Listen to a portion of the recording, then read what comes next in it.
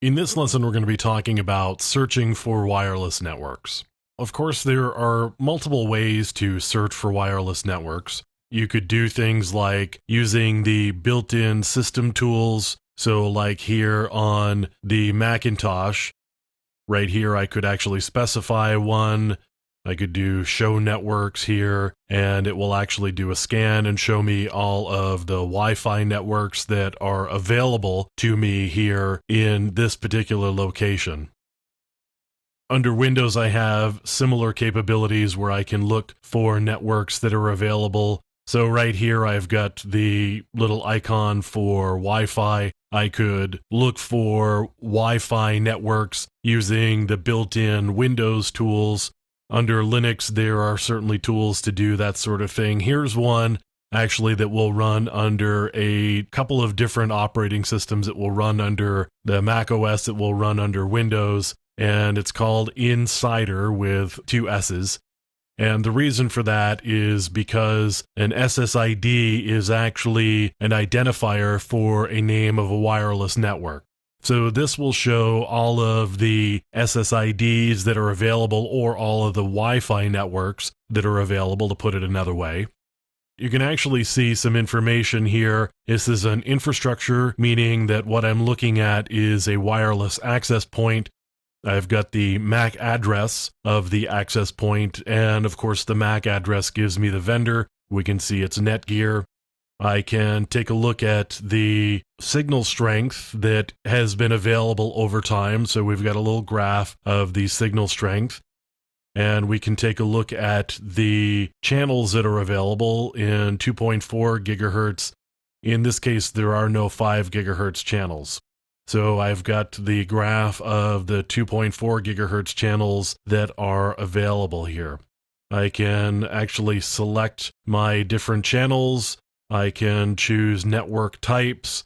I can look for security. So I could narrow my search to just open Wi-Fi networks. And in this case, I'm going to go back to the 2.4 gigahertz range.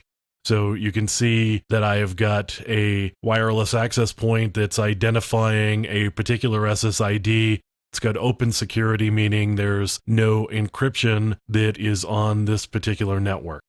This is just one way of searching for wireless networks. Typically, if you have a wireless device like a laptop that has a wireless interface in it, it will actually go scanning for wireless networks and tell you all of the wireless networks that are available. You can do similar things on Wi-Fi enabled tablets or Wi-Fi enabled phones, and where you've got a wireless card. Typically, the operating system will do some level of scanning for you, or as I said, you could get a different type of application like inSSIDer here, or you could get Kismet, which runs under Linux. Kismac runs under the Macintosh. There are several different types of utilities that will show you different wireless networks that are available. So I've got another one here that runs under Macintosh. Here's Wi-Fi Explorer. It's the same idea. It's going to go out and it's going to find all of the wireless networks that are available. In this case, we've actually turned up a different one, and this one's got WPA2.